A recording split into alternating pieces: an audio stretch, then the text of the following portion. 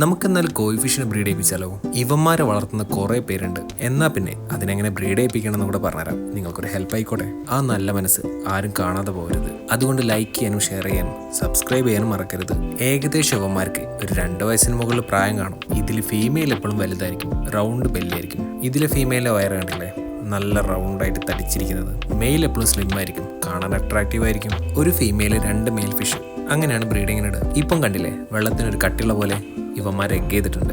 വേറെ എവിടെയല്ല, ഈ ഒരു ഗ്രീൻ നെറ്റ് കണ്ടില്ലേ, അതിലാണ് അവന്മാർ എഗ് ചെയ്തത്. പ്ലാന്റ്സ് ഇട്ട് കൊടുത്താൽ മതി, അവന്മാർ അതിൽ എഗ് ചെയ്യും. ദേ ഇതുപോലെ എഗ്ഗൊക്കെ നല്ല രീതിയിൽ കാണാൻ പറ്റുന്നില്ലേ.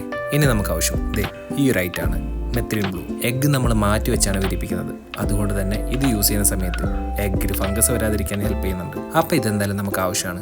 അപ്പോൾ ഇത് നമുക്ക് കലക്കെടുത്താലോ? ഈ ഒരു മെഡിസിൻ നമ്മുടെ പെറ്റ് ഷോപ്പിലൊക്കെ വാങ്ങാൻ കിട്ടും. നല്ലപോലെ കലക്കെടുത്തതിന് ശേഷം നമ്മൾ എഗ്ഗ് മാറ്റി വെക്കുന്ന ടാങ്കിലേക്ക് ഇത് ഒഴിച്ചു കൊടുക്കും. വെള്ളം ഒന്ന് ലൈറ്റ് ബ്ലൂ കളറായി കിട്ടിയാൽ മതി. ഇനി നമ്മുടെ ബേസിനിലേക്ക് ഈ ഒരു ടാങ്കിലെ വെള്ളം തന്നെ എടുക്കുന്നു. നമ്മുടെ എഗ്ഗ് മാറ്റി വെക്കണ്ടേ, അതിനാണ്. ഇവരെപ്പോഴും എഗ്ഗ് ചെയ്യുന്നത് ഏർലി മോർണിംഗ് ടൈമിലായിരിക്കും. ഫീമെയിൽ ഫിഷിനെ മെയിൽ ഫിഷ് ചേസ് ചെയ്യാൻ തുടങ്ങും. ആ ടൈമിലാണ് ഫീമെയിൽ ഫിഷ് എഗ്ഗ് റിലീസ് ചെയ്യുന്നത്. എഗ്ഗ് മാറ്റി വെച്ച് വിരിയിപ്പിക്കുന്ന സമയത്ത് എയറേഷൻ നിർബന്ധമാണ്.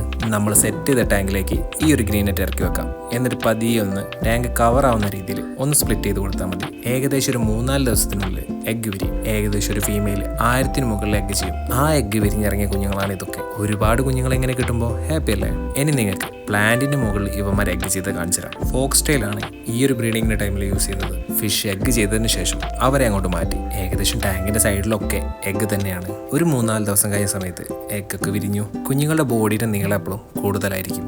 ജസ്റ്റ് നോക്കിയാൽ മനസ്സിലാവും. യുവമാർക്ക് ഈ ഒരു ടൈമിൽ കൊടുക്കുന്ന ഫുഡ് എന്ന് പറഞ്ഞിട്ടുണ്ടെങ്കിൽ ഈ ഒരു ആർട്ടിമയാണ്. ആർട്ടിമ സിസ്റ്റ് വാങ്ങാൻ കിട്ടും. അത് വാങ്ങിയിട്ട് ഒരു 24 hours എയറേഷൻ കൊടുക്കുക, വിരിയിപ്പിക്കുക. ചെറിയ കുഞ്ഞുങ്ങൾക്ക് ഇത് നല്ലതാണ്. ഏകദേശം ഒരു 2 ആഴ്ചയ്ക്ക് ശേഷമാണ് ഇവന്മാർക്ക് പെല്ലറ്റ് ഫുഡ് കൊടുക്കാൻ തുടങ്ങുന്നത്. ഏകദേശം ഇവന്മാർ സൈസായിട്ട് വരുന്നില്ലേ.